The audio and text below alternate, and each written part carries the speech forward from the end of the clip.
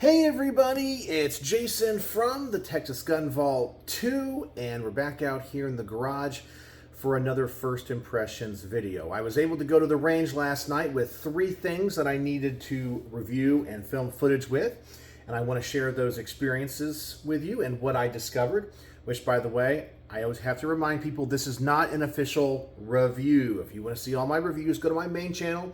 There's a link in the description below. This is just my behind the scenes channel where we just chit chat about guns like you're at work talking around the water cooler.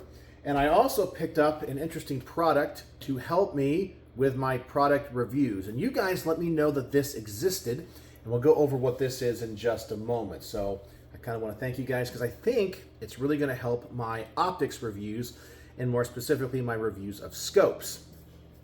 But let's start off with the most requested firearm for me to take to the range and review, the Bersa Thunder 380 Plus. This is the double stack version of the Bersa Thunder 380, a very affordable 380 pistol, double stack magazine. I believe it holds 15, and pretty much it functions like the single stack version.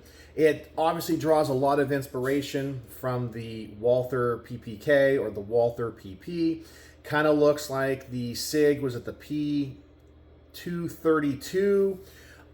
They're all kind of the same style pistols, where the barrel is set in the frame, the recoil spring goes over the barrel. It's a very easy gun to disassemble. So you push down the takedown lever, and I need to do a field strip video of this because I don't like this. So if you want to get the slide off, you take your finger, mainly your shooting finger if you're right-handed, and you push this lever down. It doesn't lock down ever. So you push that down and hold it down, then you pull the slide back up and off. And if everything lines up like it should, of course I gotta have problems with it right now. There it goes.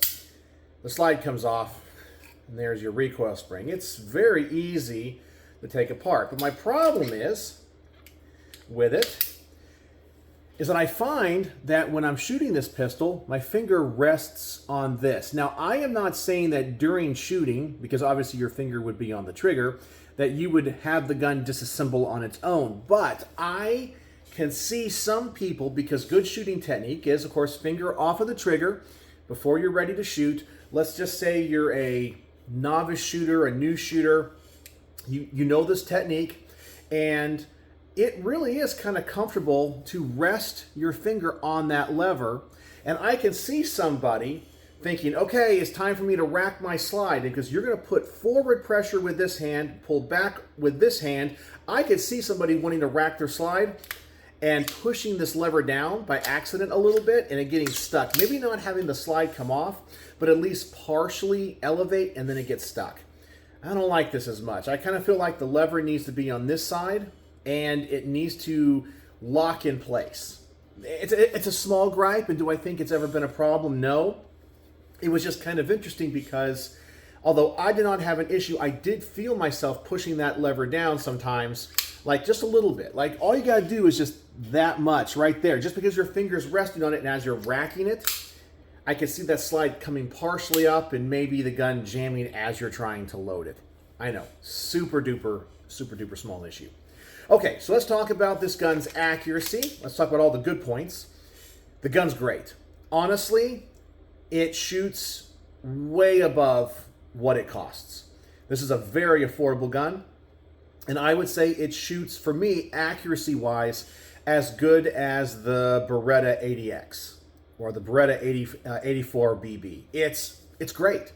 Low recoil. I really like the fact that the frame is wider, so it feels more comfortable in your hand. It doesn't feel like some of those small 380s that are just direct blowback, where you have a lot of recoil coming back into your palm and you kind of go, ooh, it doesn't hurt. It's just snappy. You know, you're like, well, I'm shooting a caliber lighter than 9mm, but it feels like 9. You don't get it with this.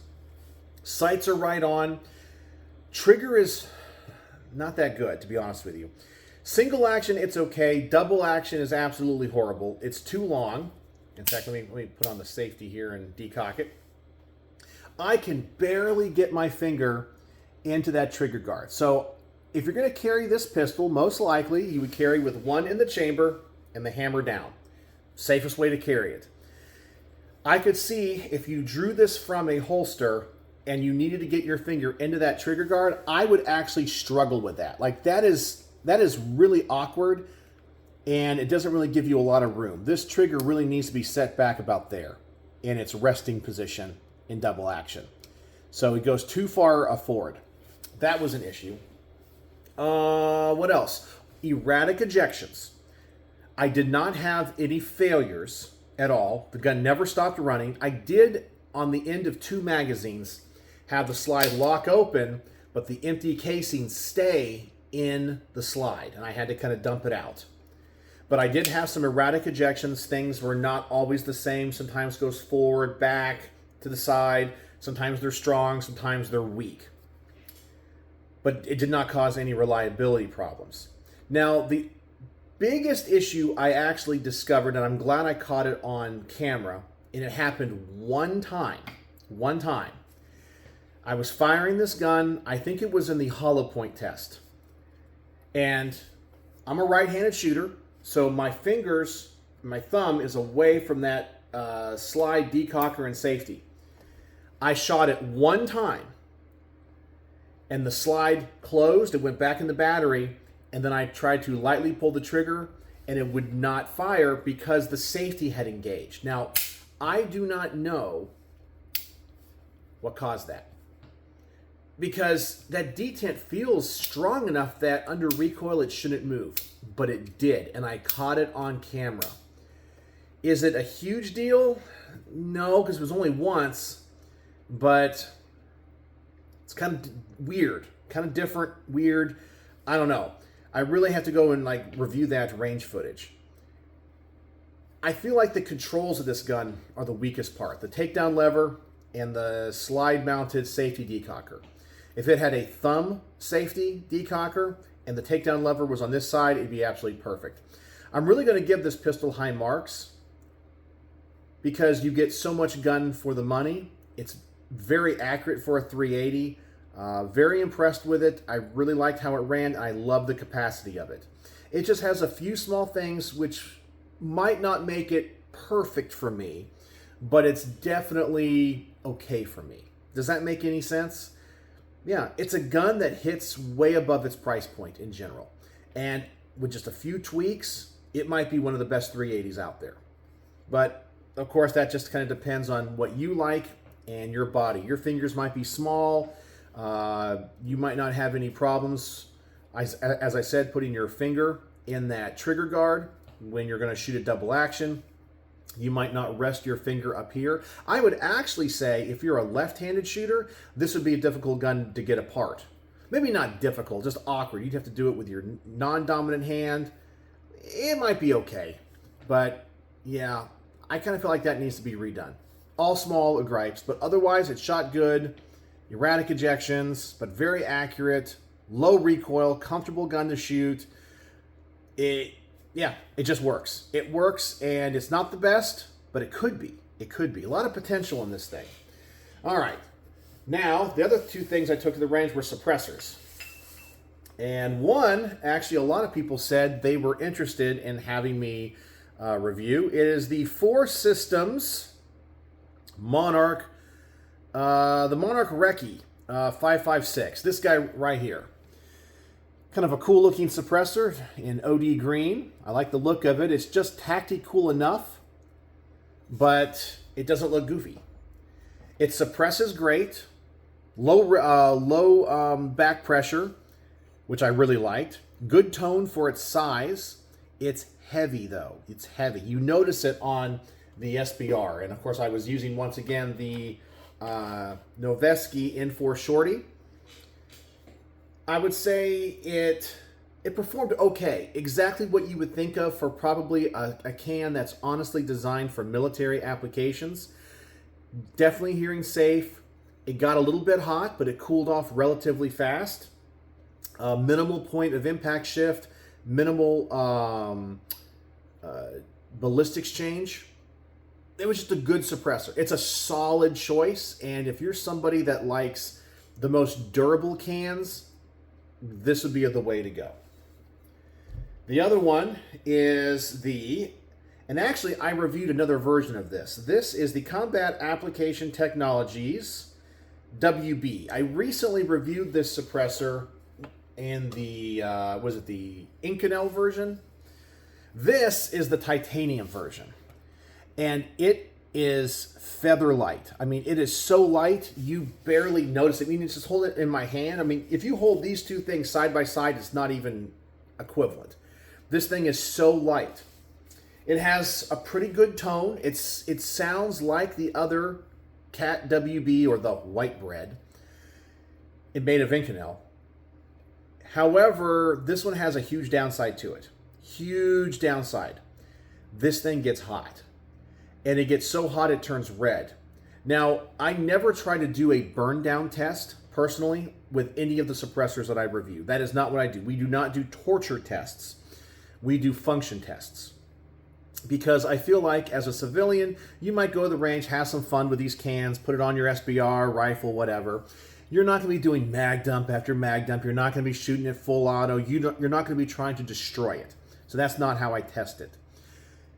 And the mag dump test, the heat resiliency test, essentially is about the third thing that I film at the range. The last thing I normally film is the point of impact shift and ballistics change test, because that one requires some special setup with the Garmin Zero chronograph and the like.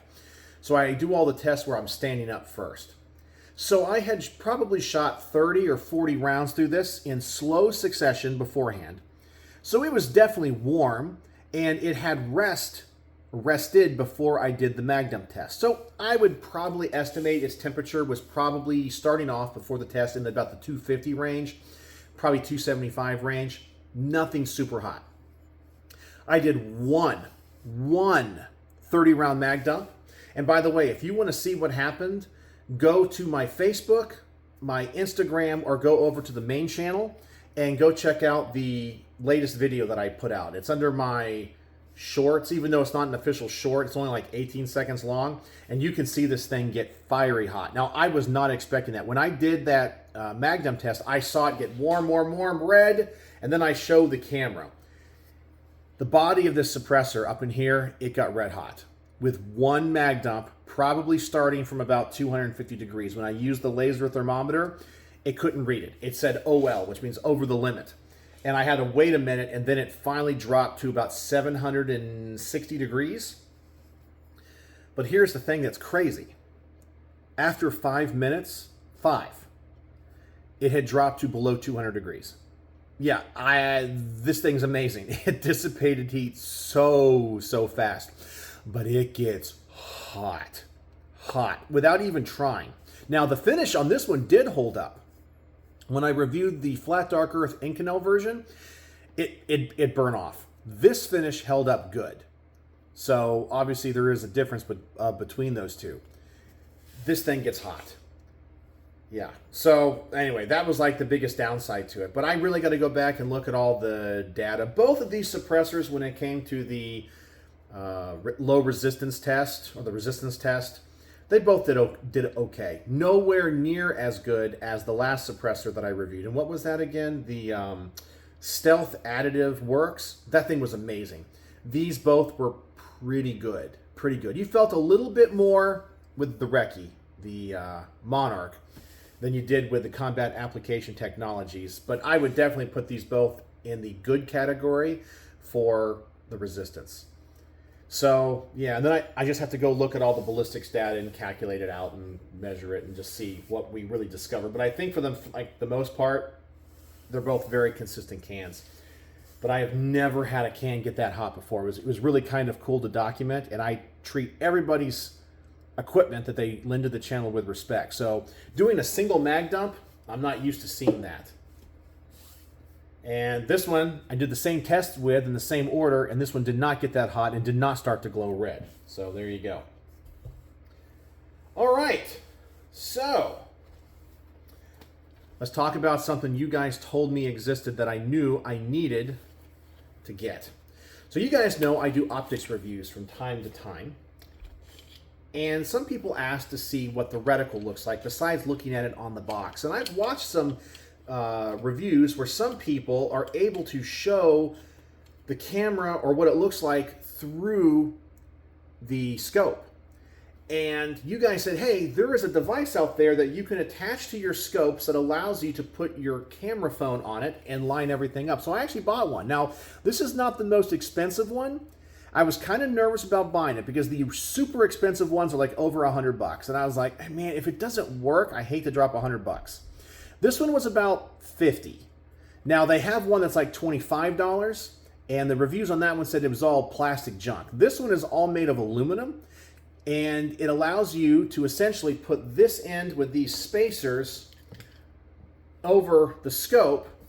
You can adjust your eye relief where the camera is, and you're able to actually see through the scope. Now, you're not really supposed to shoot the rifle using your phone.